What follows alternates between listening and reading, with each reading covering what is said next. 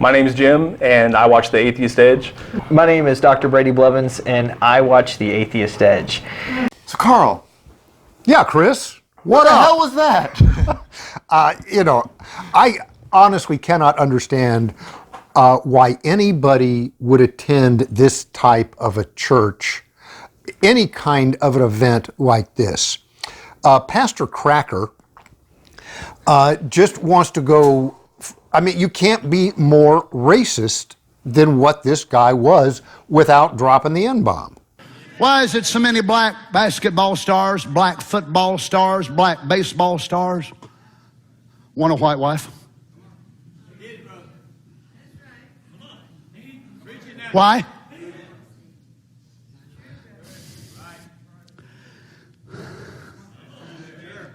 Lord have mercy.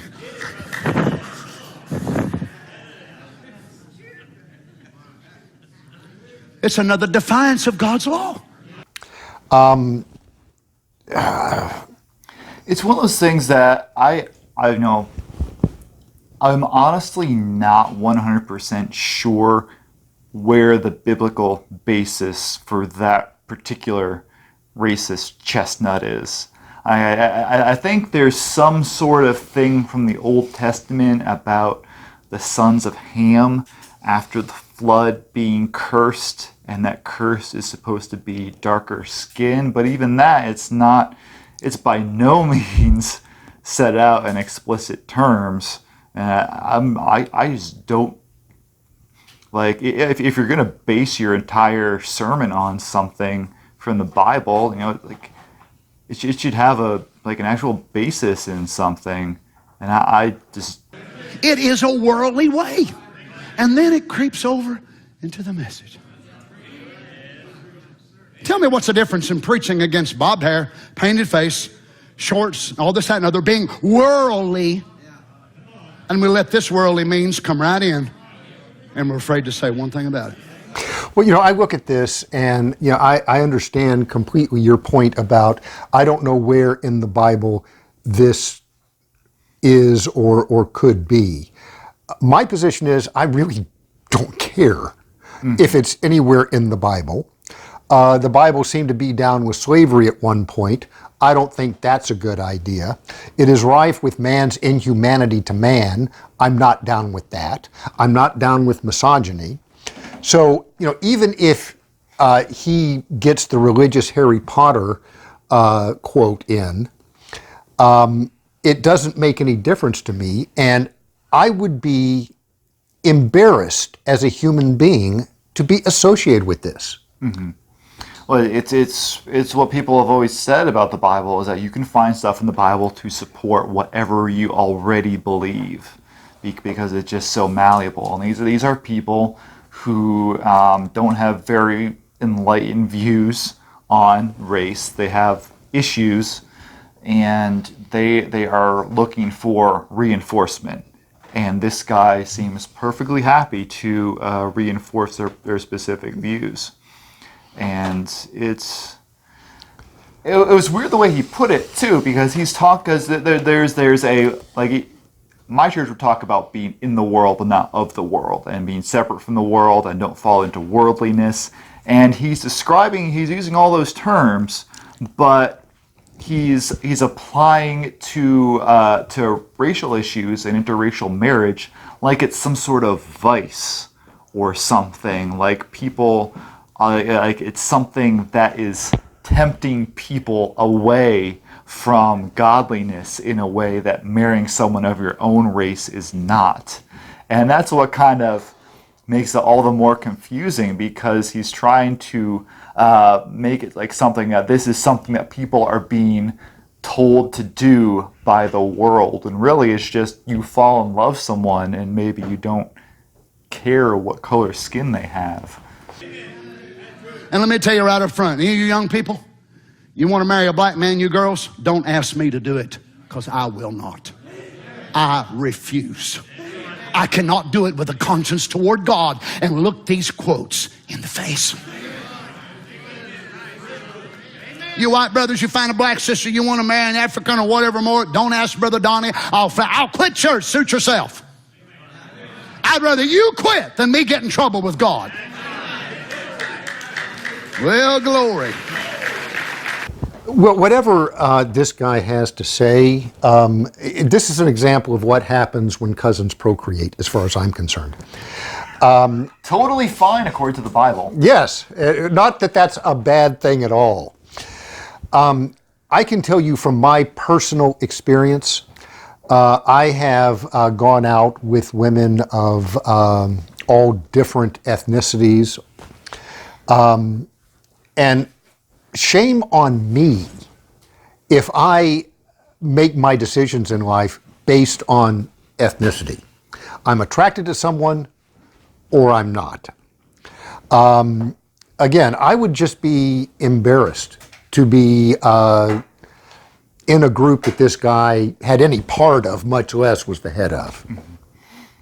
And it's distressing the amount of, like, you can tell he's not giving these people new information. There's all sorts of huzzas and claps, and people are totally already on board with what he's got going on. Oh, yes. Racism. We've never thought about that before. Let's try it. It sounds like a good idea. It's just crazy enough to work. Let's do it in Grandpa's barn. I'll produce it, you direct it, we'll all be stars. Oh, man. Yes. Do you have a question? Peanut Gallery. No, a question, a comment. I would say that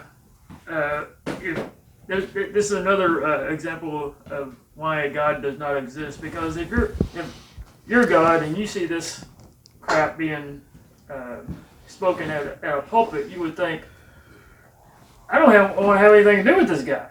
I mean, it's just mind blowing that he believes that he's speaking for God in what he's spewing from the pulpit.